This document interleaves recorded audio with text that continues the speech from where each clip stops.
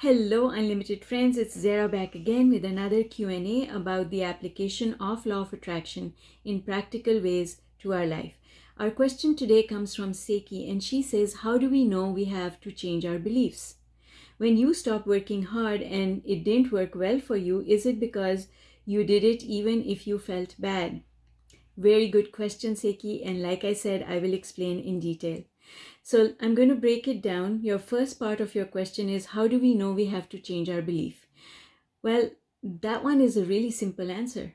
You know that you've got a belief that is preventing you from getting what you want because what you want is not showing up in your life. And there's only one reason for it. And that reason is you've got a negative belief that is keeping it from you. If we didn't have any negative beliefs, we would be free flowing. Everything would be smooth and easy and on time. It's our negative beliefs that get in our way. So that's the answer. And Abraham has said this so many times that our manifestations, the life that we are living, is evidence of how good or bad a job we are doing in the way we think our thoughts. So our manifestation tells us. And the other thing that tells us is that we feel bad. We feel bad. Right? So now, picking up on that feeling bad, I'm going to attempt to answer the second part of your question, which is you're asking me, and yes, I have shared this, that when I discovered law of attraction, I thought, oh my God, I don't have to work as hard as I've been working. It should just come easily to me. So yes, I did stop working hard. But you see, it was premature for me to stop working hard at that time because I stopped working hard based on this belief that money should come to me easily, but I hadn't really changed my belief about money. I had many negative beliefs about money and I had not changed them. You cannot take an action that is contradictory to the beliefs that you hold. So what I should have done is that I should have spent more time working on my beliefs and shifting them and then taken action to stop working hard. But I didn't do that. I did it the other way around. I said, I accept what Abraham is telling me, that I should not have to work hard. And so I stopped right away. But the reality was that my new belief, it was not that strong. And it was not that strong because my old beliefs were really, really strong. My old beliefs had really deep roots in my subconscious mind, and I had not done anything to change them. And so I adopted this new belief, but my new belief did not have any momentum because I didn't have any evidence to prove it right. I didn't have any experience of it being right. I accepted it without trying it and without working on my past negative beliefs. And that's where the problem happened. I took action based on my new belief too soon. And I did not do the work to clear out any negative beliefs from the past. Now, if money was something that didn't have a huge impact on my life, it wouldn't have mattered because with time, the negative momentum of my old belief system would have slowed down and come to a stop without my having to work on my beliefs. But unfortunately, that was not the situation. Being a single mom, having the burden of doing everything on my own because I never had any child support or spousal support, and I had no family in Canada and actually no friends. I was making new friends. I did not have a support system. And so even as I stepped into this new belief that said money should be easy to come and I should not have to work this hard, but I didn't have momentum on this new belief. My old beliefs had way more momentum. So it's like this analogy that I always try and use to explain this concept is that when we shift our belief system, so we go from an old belief system to a new belief system, now we've got both these belief systems and they are both active. So I like to think about it in the term of cars. So a red car representing my old belief system, a blue car representing my new belief system. Well, the fuel in these cars comes from my thought. So the red car, which is the old belief system, has a full tank because I've been thinking those old beliefs for many years. And I'm still thinking them, even though I'm in the process of transitioning to the blue car and thinking a new set of beliefs. But just now, those beliefs are so new that the tank on the blue car is not full. So what happens is, if I tell myself that I'm now going to ride the blue car is not going to take me very far because it doesn't have enough fuel in it. I have not strengthened my beliefs. I have not given myself evidence. I have not done anything to take the fuel out of the red car, siphon it out and move it to the blue car. I haven't done any of that. And so I have entered into the blue car and given up my red car prematurely. And when you do things prematurely, it ends up causing more problem.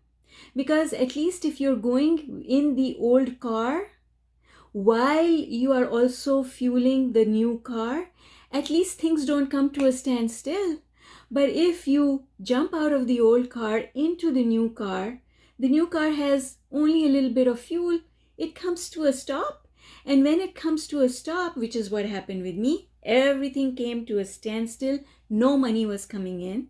And when that happened, it made things a lot worse for me. It didn't improve things for me. And so this is why a lot of people get frustrated with law of attraction, because they jump too soon.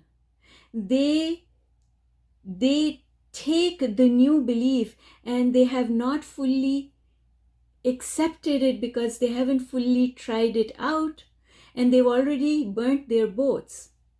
And so now they have a problem. And that's exactly what I did. I burnt my boats and I ended up with a big problem, but I refused to give up on law of attraction. I didn't become like other people who just give up.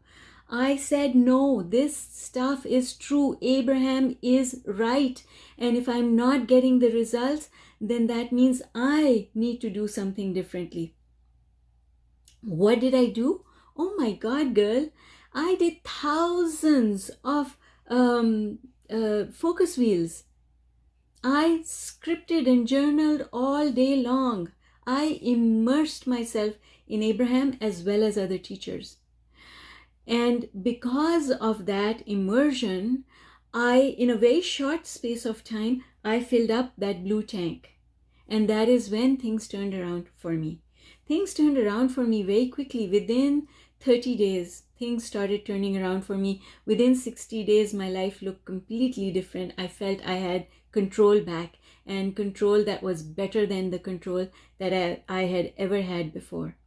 And so that's the thing to understand, is you cannot jump prematurely. And Abraham says you can't jump up the emotional scale. You have to work your way up.